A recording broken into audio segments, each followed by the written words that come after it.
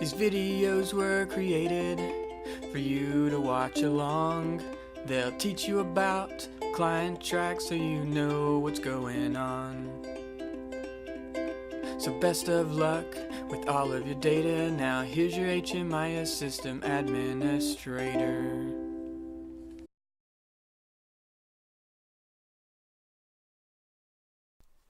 In this video, we'll be going over how to do an intake within Client Track. Doing an intake is how we initially enroll a client into one of our projects.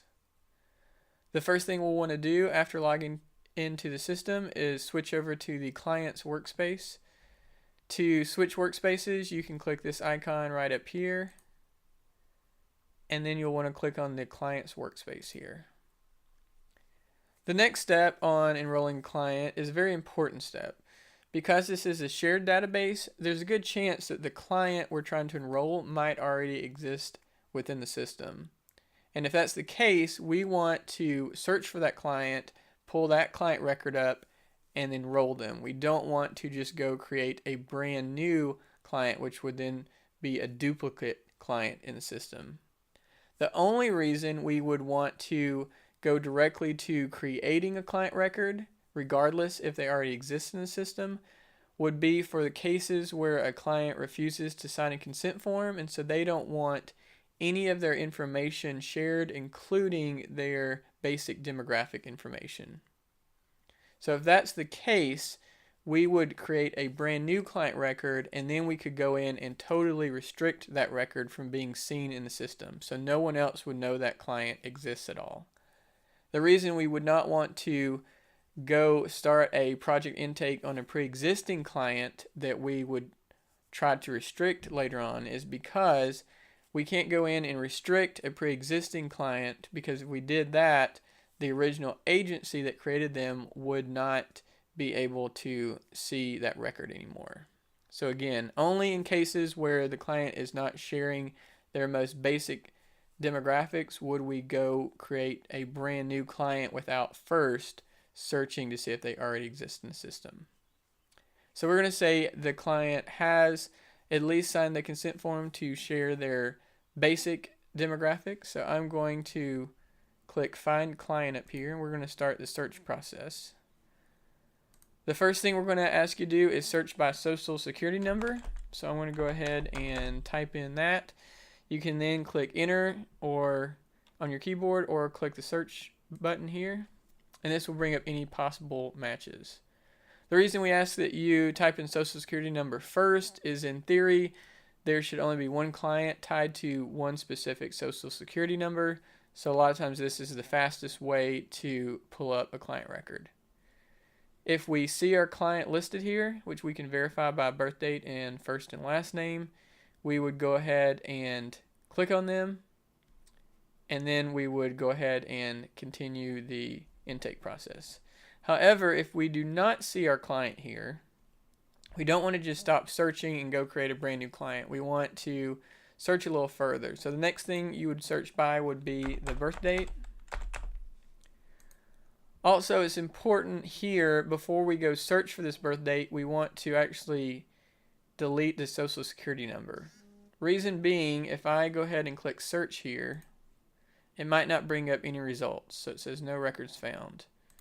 But if I get rid of the social security number, we can see there actually is a client with this birth date.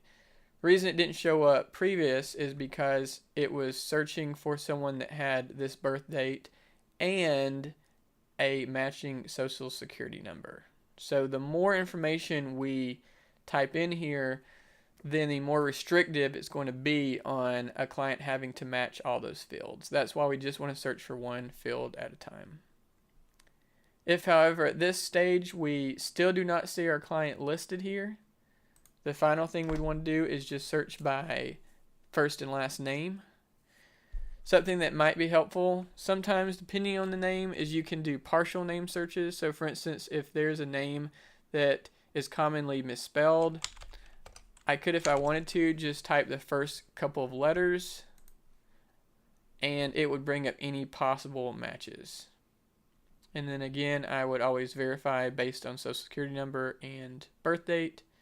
that this is the client I am trying to pull up. And if that was the case, you would click on that client. We would see that we have the client pulled up here. Then we would click on project intake, and we would say use the current client.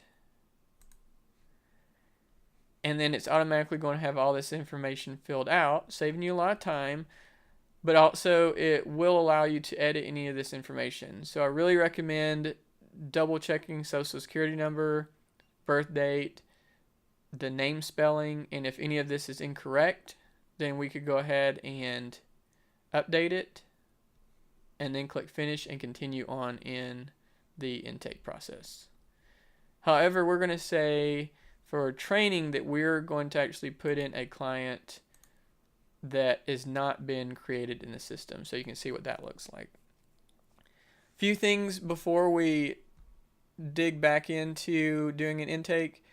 You'll notice there's two buttons up here. There's the project intake. This is going to be for most project types except RHI, which is Runaway Homeless Youth.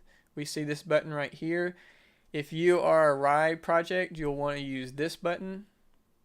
And if you are a street outreach project, you'll actually want to click your username up here.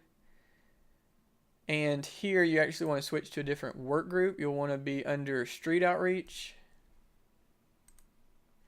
And if we're under the street outreach work group, you're actually going to see a different option here. You'll see the street outreach intake. So for street outreach projects, this would be what you'd want to use. Again, for everyone else, you just want to be under HMIS programs using this button, unless you are a runaway homeless youth program. So I'm going to go ahead and click on project intake. We always want to enroll the head of household first. So if we're enrolling a family, we're going to start by keying in the person that considers themselves the head of household. And then we're going to say this is a brand new client. So the first step it is going to do here is it is going to do another search just to make sure that this client does not exist. Here it's totally fine to just type in a first and last name and then click next. We'll see any possible matches. If, however, these are not already, one of these is not the person we are trying to enroll, then we would just go ahead and click next. And if we click next, it says click next if this is not a duplicate. It's going to go ahead and then allow us to create a brand new client record. So I'm going to go ahead and click next. It'll go ahead and bring in the first and last name and then have us fill out all the other information here. So throughout Client Track, you'll see asterisks for things that are required, and then you'll also see some fields without asterisks. So for instance, middle name, you can include a middle name here if you want to, but it is not required. But if that's helpful for your agency to know, you're totally welcome to do so. For names, you always want to use legal names. You do not want to use street names or nicknames, that kind of thing. Reason being, if you, for instance, use a nickname here, but next time a agency goes to try to pull this client up to do an intake, they might use a legal name, well then it might not cross-reference and a duplicate might be created in the system. So again, we want to always use legal names here. Throughout Client Track, you'll see quality fields, and so this first one here is name quality. If you have the first and last name filled out, it's automatically going to populate to full name reported. However, you can go in and change that. For instance, if all the client was giving you was a street name or just a partial name, they didn't want to give you their full name, you could go in and set that to this option here. You'll also see throughout Client Track these options here. So client doesn't know, if a client says they do not know the question you're asking them, they don't know the answer to it, you can choose that. Client refused for questions the client refuses to answer. And then finally, data not collected. This would be something you really want to avoid at all costs if possible. This just means you did not bother to gather this information. We'll go ahead and type in social security number. Also, if someone only will give the last 4 of their social security number, you don't want to type in any bogus information here. So I know sometimes I see in the system where people have just typed in zeros and then they'll do the last 4. You'll actually just leave those blank and you can just do the last 4 like that.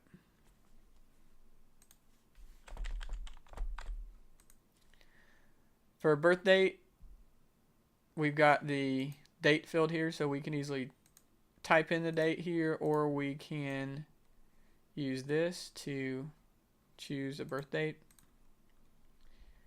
This will automatically populate, as we can see here, to full date of birth reported. If, for instance, someone did not know their date of birth, but they had an approximate, maybe they just know the year, you could do something like this and just use January 1st as a default, but then put the year and then choose approximate so that we know this is not the actual birth date but an approximate. We'll go ahead and choose their ethnicity. Also, throughout Client Track, you will see these little help bubbles. If you hover your mouse over there, sometimes there can be some really helpful information on how to answer this question. And a lot of these little help bubbles contain information straight from the HUD documents. And so this is, again, a great reminder if you're confused on a question. Under the race fields here, this is actually a multiple select box. So you can select multiple races for whatever is appropriate for the client. We'll go ahead and select gender. Sexual orientation is not required for most projects, so as we can see here, there's no asterisk, so we can go ahead and skip that. We'll record the vet status. Under show address and contact information, this is not required. However, if it's helpful to record any contact information for the client, if you click that little box, you'll see this pop up here. This would allow us to record, maybe there's an email address for the client, phone number, address, anything like that you can record that's helpful. But again, it's hidden by default until you click that little box there.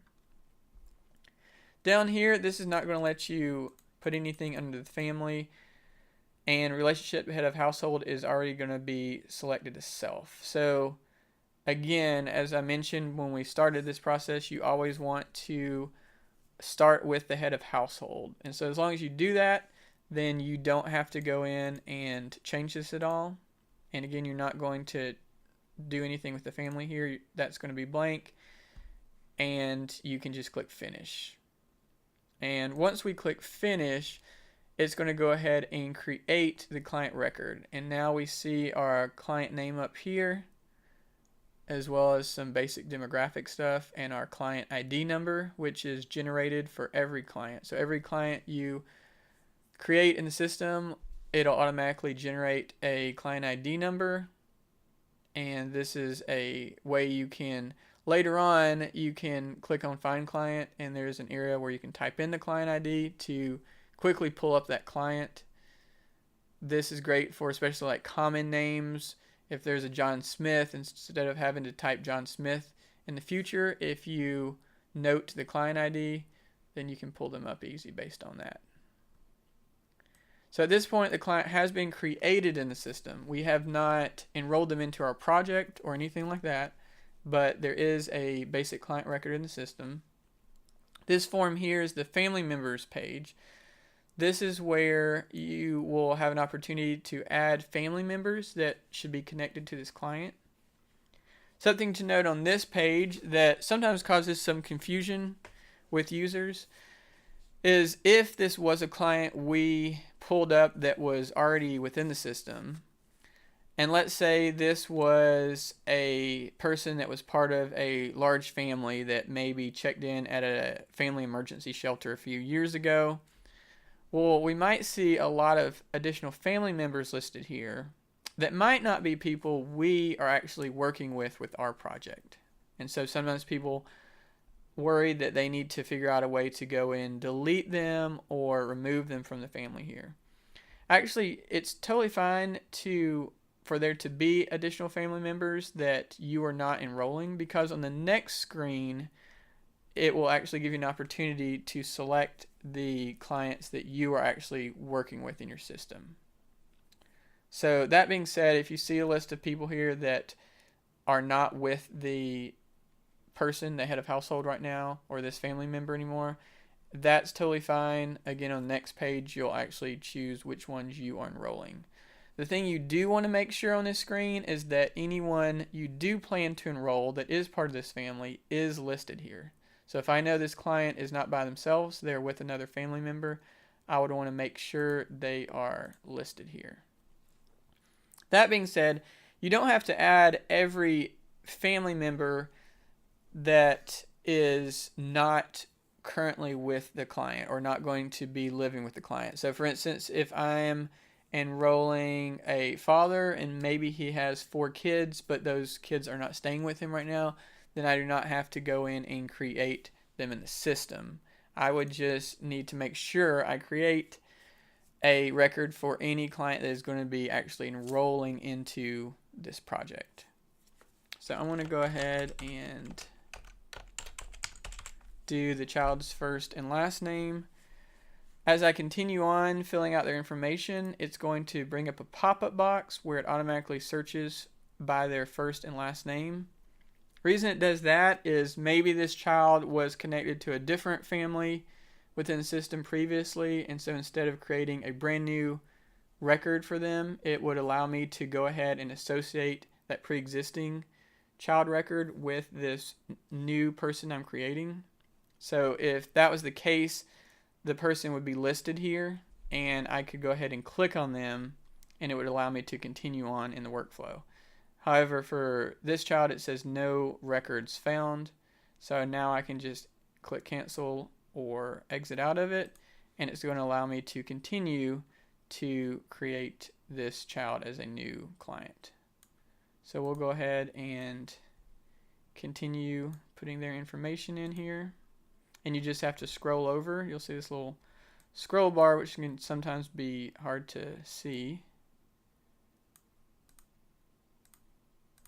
We'll type in their information. Here's where we select how they are related to the head of household. So we'll say son. Something you might note on clients that were brought in through the migration, some client records were recorded as, or at least came over the migration as all listed as self, which is an improper record. So you might get an error message here when you try to save because, for instance, if both people were created as self, it's not going to let you continue on. You'll get this message here. There's one row in the result set that requires attention, and if you were to hover over here, you'll see a message here. The way to fix that would be to actually change everyone to not be the self. So anything other than self. Click save. We don't want to do save and close yet, or it would go ahead and continue on. So we just want to do save. And then we would want to go in and actually select the appropriate head of household. And again, you would only have to do that on migrated families where it's got an improper data for the relationship, for multiple selves for relationship to head of household. You'll note here, because it's a child under 18, it's not going to make us record veteran status. Race, it will automatically fill in based on the main head of household. However, we can change that by clicking on it, selecting the appropriate races, and then clicking accept the change here. So once we do that and we make sure we have any family members listed here, we can go ahead and click save and close. This next screen is where we're actually going to get into enrolling the client into our project. So you should see a list of any projects that your agency has access to. And again, this is going to be based on the organization that you are logged in as. So if you have access to different organizations, you always want to make sure you are logged in as the right organization, because that is going to dictate what projects you will see on the screen here. So we'll go ahead and choose a project here. Depending on the project type, you might have some different options. So for instance, if I were to do this project right here, which is a shelter, we're going to have project start date, case manager, relationship, head of household is all we're going to have here. If, however, I choose rapid rehousing, we're also going to have housing move-in date. And that's actually going to be true for any permanent housing project. So if I click on this permanent supportive housing project, we'll see that housing move-in date as well. So a little bit about the theory behind housing move-in date versus project start date. And there's actually some really good documentation on what that means. But in a nutshell, the project start date is when you first enroll, quote unquote, the client into your project. And you might not have a bed that same night to put that client directly into, but they do meet these three things here. And one of those is that the client is able to access services and housing through the project, but you might not have a bed right now, but you expect to have one in a reasonably short amount of time. And this is all straight HUD verbiage, so this is directly from the HUD guidance that has been given. So it is common now for, again, these are going to be for permanent housing projects, for them to have a start date even if you're actually not enrolling them or moving them into a bed tonight. So we'll go ahead so we can see what this looks like. We're going to go ahead and put a check mark by the clients we want to enroll. So again, this is where you might have a big list of all these family members, but there's only, say, 2 that you're actually enrolling into your project. You would just put a check mark by the ones you are wanting to enroll. And then here under project start date, this would be again when we are enrolling them into our project. If we're inputting this maybe a few days after the fact, so maybe they actually came in a couple days ago, but we're just getting now to record them in the system, then you would just go ahead and backdate that data. Quick way of doing that is just click on the calendar icon. It's automatically going to put you, whatever user account you're logged into, it will automatically pull up your name here. However, if you are just recording the information in client track, but you're not actually their case manager, you can click on the magnifying glass here and select a different case manager as long as that is a user account within the system. It's going to again allow you to record what is the relationship head of household and the family makeup for this enrollment. So every time you do an enrollment, it allows you to potentially change the family makeup. So for instance, if there was a family in the system with a mom and a dad and children, and I'm just enrolling the mom, say I have a women and children's shelter, then when I do the enrollment here and I just select the mom and child and not the dad, then it would allow me to select her as self, even if on the previous screen it has the dad as head of household. So again, it gives that flexibility of every time you do an enrollment, what is the family makeup of the people that are actually coming into the project.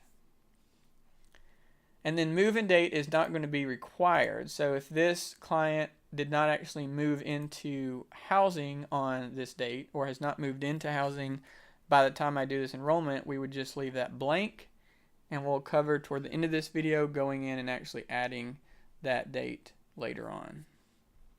And then here at the bottom we have restrict to my organization or consent to share.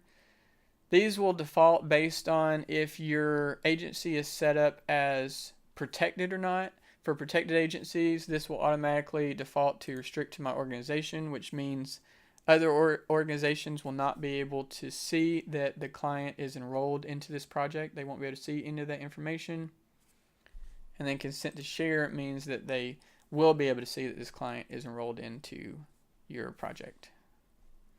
And again, if we chose a non-permanent housing project here, then we would not have the housing move-in date would not be visible.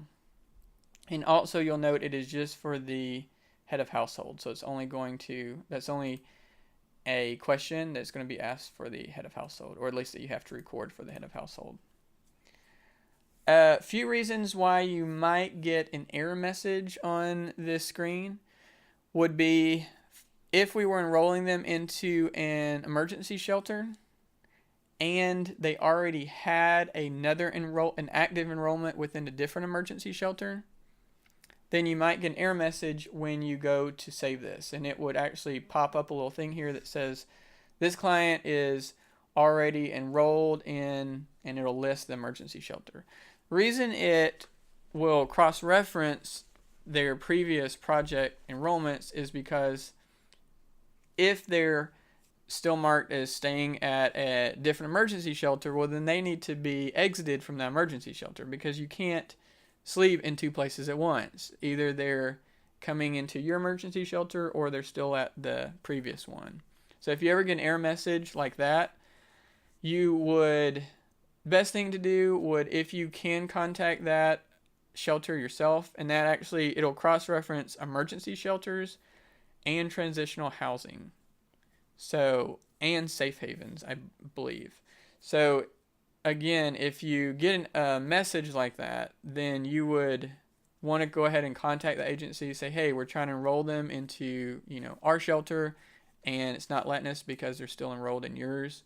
If you can't get in touch with them, you can submit a ticket, and then a COC admin or system admin can try to get in touch with the agency in question to go ahead and get that client exited. But I just want to give you a heads up in case you see that error message. So we'll go ahead and click save here and continue on. The first screen that's going to come up now is the universal data assessment. So this is where we get some more information about the client, where we get into like where they're staying. This is where it records if they have a disabling condition or not. So we want to record that. So we'll say they do not. The assessment date's automatically going to populate, and this should be the same date always as enrollment. So it's automatically going to copy that over. Client location is where you are serving that client at. So this should automatically give you the options that are available based on the project that you are enrolling the client into. Type of resident. So this is where it gets into where were they the night before they came into your project. So it's real important that we ask that question just like that. So the first thing is going to be type of residence, and it has 3 different categories: homeless, institutional, and then transitional and permanent. So we want to make sure we are choosing the most appropriate one. Based on this answer, there's going to be some additional questions that are asked perhaps. So for instance, if I choose homeless situation, it's going to ask me, well, what was the length of stay in that prior living situation? So if I was at an emergency shelter, or this client was at an emergency shelter, well, how long were they at that emergency shelter? And you go ahead and include that here. Then approximate date homelessness started. This is where you get into some questions that can be kind of hard to get a good answer for, because most people don't know the exact day they became homeless. And so it does say approximate here, but you want to try to get the best ideas you can. So this is really where having a conversation with the client helps out to try to get this information. You don't want to rush through any of these questions right here. And then here we get into yet again another sometimes hard to answer question. Number of times the client has been on the streets, an emergency shelter or safe haven in the past three years, including today. So these are different episodes, if you will, of homelessness. How many have they had? And so you'll answer that. And then also the total number of months, which I feel like this is probably the hardest to get a good answer for question, because you really have to start thinking through, out of the last 3 years, how many months have they actually spent on the street or emergency shelter or safe haven. So again, you want to really kind of talk them through this and choose the appropriate answer. These are all very important questions because this is where chronic homelessness is captured, whether the person counts as chronically homeless or not. So we want to make sure we are asking these questions.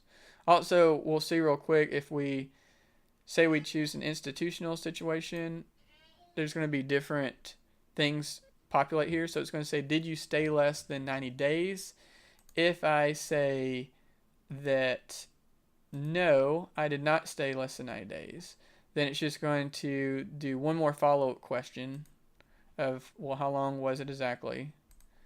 And it's not going to ask any more questions, because this person would not be considered potentially chronically homeless if they've not been in an actual homeless situation for previous, or they've been in one of these situations for more than 90 days. But, however, maybe they were only in jail for 3 days. So if we say yes, they stayed there less than 90 days, it's going to go ahead and clarify, well, how long exactly did they stay? So we'll say 2 to 6 nights.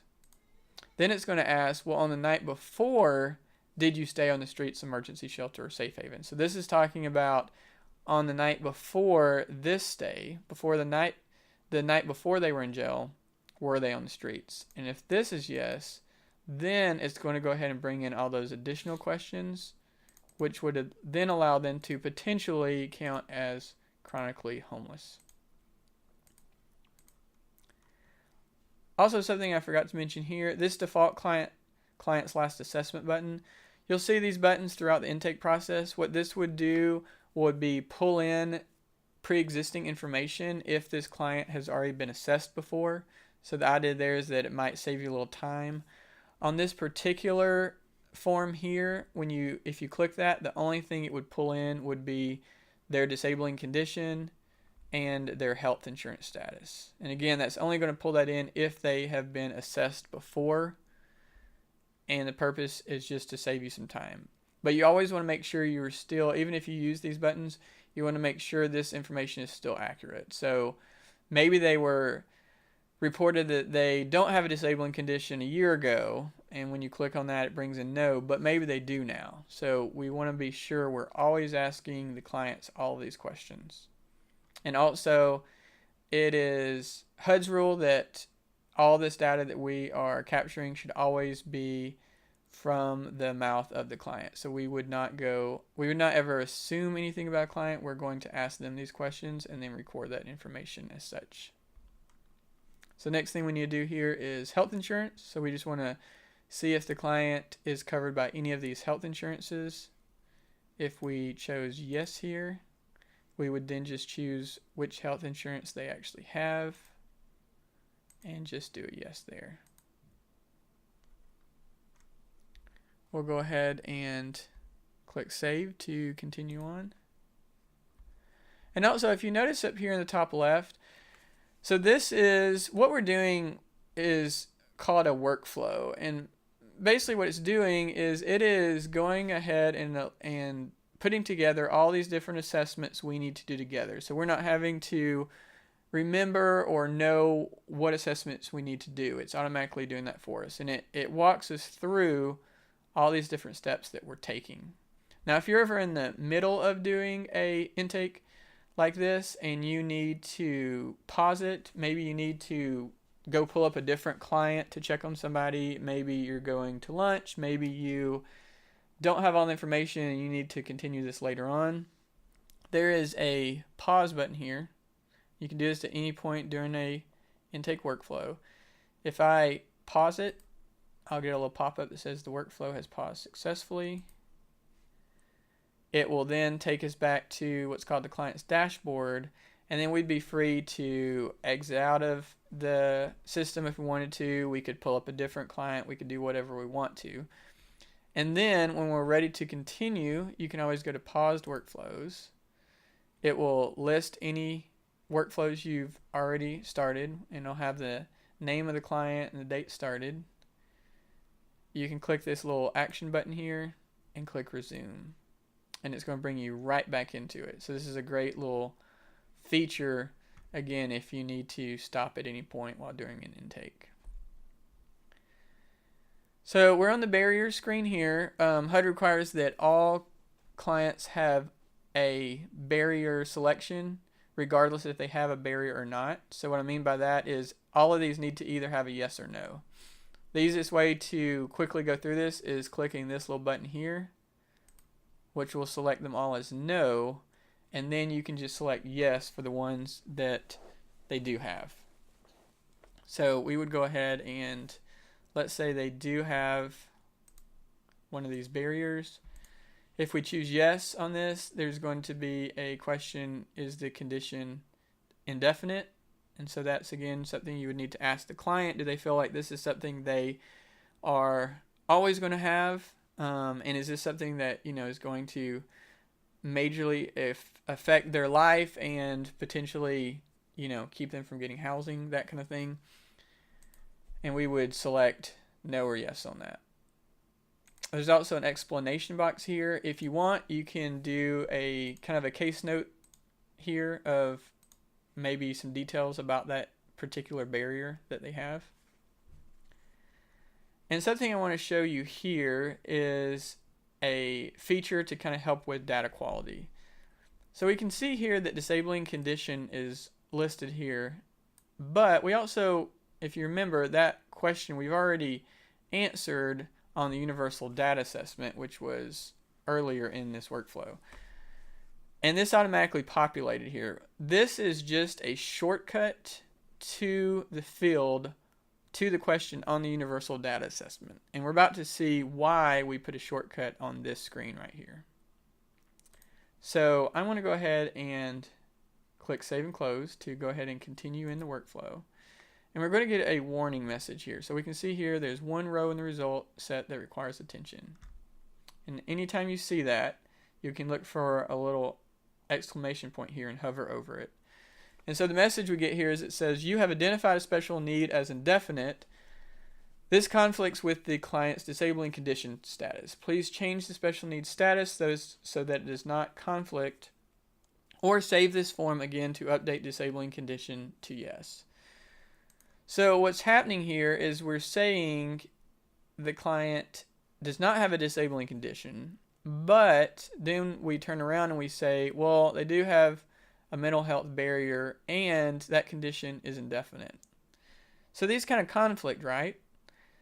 Because anytime a client has a barrier present and the condition is indefinite, then they would have a disabling condition here. So we want to make sure that we are capturing that appropriately. And so that's what this little warning is saying. It's saying something's not lining up here. So instead of having to jump back all the way back to the universal data assessment and say, oh, you know what, they do have a disabling condition, I just forgot to record that, or I accidentally put that as no. You don't want to have to go all the way back. So what you can do here is you can actually just update it right here. And now this is going to line up. And now it's going to allow you to go ahead and click Save and Close and continue on in the workflow. Next we have domestic violence. If we choose no here, we don't have to answer any more questions. If you choose yes, there's going to be when experience occurred. So we would need to answer that. And then also, is the client currently fleeing? So are they actually in danger right now and actually fleeing, or is this something that just happened, a long time ago or whenever, but they're not actually fleeing it right now? And then we go ahead and click Save. Next, we're on income. So here we're going to have two required questions. The first one is income. Are they getting income from any source? And then are they getting non-cash benefits from any source? Expenses is not a required question, so you'll see no asterisk there. You're not required to record any information. If we choose no on these, you're not going to have anything else pop up here, and you'd be able to continue. If you choose yes, you'll actually then have these additional fields pop up down here. And if you choose yes on these, it will make you pick at least one source for each of these. So if I were to try to save and close here, it's going to say, well, please enter at least one income type, because again, we said yes, they do have an income. On each of these, you'll have a description field here. If you want to, I think it's a good idea to put their place of employment here on the earned income. For additional ones, there's not necessarily anything that I would recommend you typing in under description. And then it will make you do a monthly amount here for the cash benefits here. So if I were to save and close here, it's going to error out here because it's going to say I need to have an amount. So this should always be a monthly amount. Sometimes people get confused here and they'll put a hourly wage, which will then throw off reporting numbers. So we want to make sure that we are only putting in a monthly amount here. Also, this income should be, all of these fields should be income that they get on a regular monthly basis. So you would not record, say they just got a tax refund, you would not go and put that under other income. We're just looking at income that is being given on a monthly basis, on a regular basis that they're getting income. So definitely encourage you to be familiar with these different options here so that you can help the client really think through, are they getting any of these benefits here? Under non-cash benefits, you will note there is a monthly amount listed here. However, on most of these, it will not require that because, for instance, WIC would be a great example. There's not really a monthly amount necessarily that they're getting for that. So you would go ahead and record that as an option here, but you would just leave this monthly amount blank. You'll notice a couple of options here that are blanked out. This is because these have been removed. This is data fields that HUD no longer wants to capture. Instead of us removing these though, totally from the system, we cross them out for historic reasons so we can still go in and see data that has previously been recorded under these two options. However, it will not let you save this data on ongoing enrollment. So if I were to put check marks by this, it's not going to actually save that information. So just so you know, there's no point in even asking this question or trying to record those two fields. So once we have this filled out, we can go ahead and click save and close. Let's see, I need to fill in an amount there.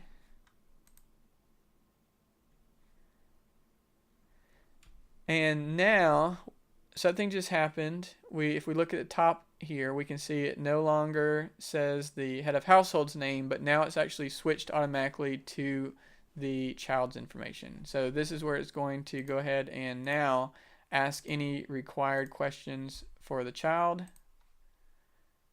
And it's always going to just ask the required things. So for instance, for child, it just asks the disabling condition question, the health insurance question. Now it's asking the barriers for the child. If I do save and close, that's all it's going to ask. So it's going to save you a lot of time by just asking the required questions. So I always tell people, if you can get to the finish button, you can pretty much guarantee yourself that you have answered all the required questions. So it's really important when you're doing an intake, you want to make sure you go all the way through, get to the finish. You can go ahead and click on that. It's now going to take you to the client's dashboard. Here we can see some important information here. We can see our project name. We can see they have a project start date. So we know we have enrolled this client into this project. And also we can see they have 2 case members. So we can, if for instance we only saw one there and we knew we needed to enroll both of them, we would know that we had accidentally forgot to enroll an additional family member. You'll have housing move-in date. So again, we said it's common, especially for permanent housing projects, to have to go and add that housing move-in date later on. So this gives you a good reminder if you have recorded that, or if you need to record that, to go do that. We don't have an exit date, so we can see here this client is currently enrolled. This is not an older enrollment where they have been exited. So we can also easily see here if this person is still active, if maybe we need to go and exit them later on. So the only other thing I want to cover here is for those permanent housing projects, when we need to add the housing move-in date, the quickest way to do that is if you click the action button beside the enrollment. You can click on the update annual assessment button.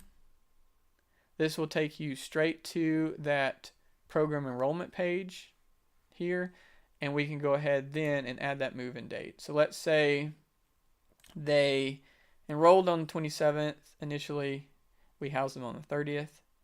We could do that. You can click save, and then because we don't actually need to do an annual or during program enrollment assessment right now, we can actually just cancel out of the workflow because we've already saved the housing move-in date on the previous screen, and we can click yes. And then we can verify now they do have a housing move-in date. Also, if you have started an intake and something happened when you were not able to finish it, you can always click on the blue action button beside the enrollment, edit enrollment workflow. This will walk you through the entire workflow, but it'll have all the information you've already recorded in it. So this is a real easy way to continue on finishing a workflow if you were not able to pause it and maybe your system shut down or something like that. You can go all the way through the workflow, fill in the information. Once you've got saved what you need to, you can go ahead and cancel out of the workflow. And that is all the basics to doing a project intake in ClientTrack.